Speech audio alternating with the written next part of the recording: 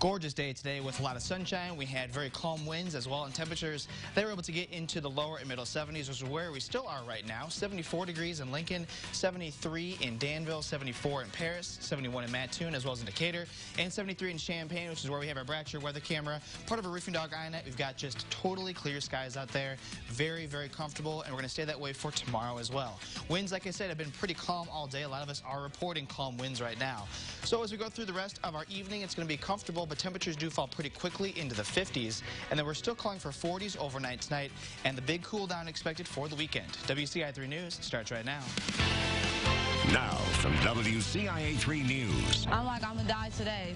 And she's alive to tell the story of when she and two other women were shot in a drive-by. Plus, a 9-year-old is facing murder charges. How police say he killed 5 people. And police arrested a teenager at school as part of a theft investigation. What they found in the student's backpack, that's even more shocking. You're watching your local news leader. This is WCIA3 News at 5. I didn't know what to think, or if I was gonna live or if I was gonna die. She's one of the 3 women shot this weekend after a party in Danville and says she's grateful to be alive. Good evening, I'm Paul Cicchini. And I'm Jennifer Roscoe. It happened near East Main and Park Streets. Police say they still haven't made any arrests. WCIA3's Jamie Mays is with us now. And Jamie, she and her friends are all lucky tonight. Her name is Zaya Petty, and she told me she went out thinking this was going to be a fun night and never expected her life to be put in danger. Petty says she was getting ready to leave Elks Lodge when she heard gunshots. She was shot in the arm, and on the way to her car, she saw another woman on the ground who had been hit by a bullet. She's happy she wasn't hurt more. I thought I was gone. I thought I was gone. I was freaking out. I was passing out, and I had a flesh wound, but thank God, but I didn't know what it was. I just know I was bleeding. I felt hot lead. I thought I was going to die. Police say they are still investigating. Tonight at 6, you'll hear more from Petty about what happened outside that club. Jennifer? Jamie, thank you so much.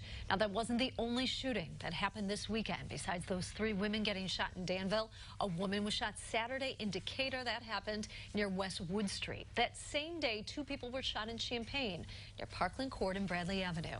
2 people were also shot in Urbana. 1 of them died. New tonight at 5, a student at Centennial High School in Champaign was arrested for having a loaded gun and ammunition in his backpack. Police say the 16-year-old was involved in a theft investigation. When he was taken outside to be arrested, the student was searched. That's when the student resource officer found the gun. Police say there's no immediate threat to the school. A 9-year-old is set to be charged with murder and arson. It's in connection to a mobile home fire that killed 5 people in April. Happened in Goodfield. That's about halfway between Peoria and Bloomington. The fire was ruled a homicide nearly 2 weeks into the investigation. Police will not release the child's name. The state's attorney has not revealed any relation to the victims, but did refer to the suspect as a he. A mobile home caught fire this afternoon in Urbana. It happened on Peachtree Street. Neighbors made the 911 call. A dog was inside and died. The cause remains under investigation. A Mattoon woman is charged with financial exploitation of the elderly. 41-year-old Jamie Warrington was arrested yesterday. She was providing in-home care for an elderly man. Police say she stole money from him. We have new information from last night. Consolidating the Champaign County jails was up for discussion. The Facilities Committee agreed there is nothing that can be done financially with the downtown jail. The full cost of the proposal to consolidate the 2 sites, $47 million. But that's if the county does all 16 items on the list. They do have the option of picking and choosing instead. The Facilities Committee will talk about this again and could push it to the full county board after that. An update now out of Macon County. A long-awaited treatment facility opened today in Decatur. The Howard G. Buffett Foundation paid for the $60 million community care campus. Crossing Healthcare owns and operates the place. The detox and residential treatment facility is a 60-bed dorm-style building. It's decorated with photos Buffett took himself. A Champaign comedian is in the middle of controversy after a post on his Facebook page. Yeah, talked about his frustrations with the way mental health issues are handled. The post was only up for about 8 minutes, but that was enough for dozens of people to get angry and share their comments. WCIA3's Courtney Bunting joins us now. Courtney, what did the post say? Now, Paul, it talked about Mental Health Awareness Week, but Jesse Tuttle went on to say people shouldn't speak openly about their mental health struggles. Now, the post also mentions his own struggle with mental health, including his history of being involuntarily hospitalized himself. He said, quote, "Let me help you if you have a mental illness. Do not tell anyone."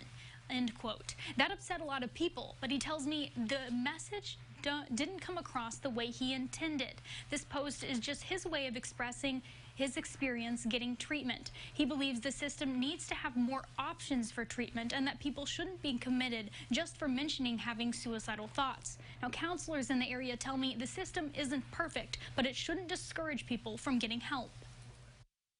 It makes people scared to reach out, and that's the worst thing we can do with people who have any kind of mental illness, is make them afraid to say like what's happened to them, their experiences, much like I was saying in my post and stuff. It's like, that is how you're made to feel. There are numbers of people in the community who not only also face mental health conditions, but want to advocate and support.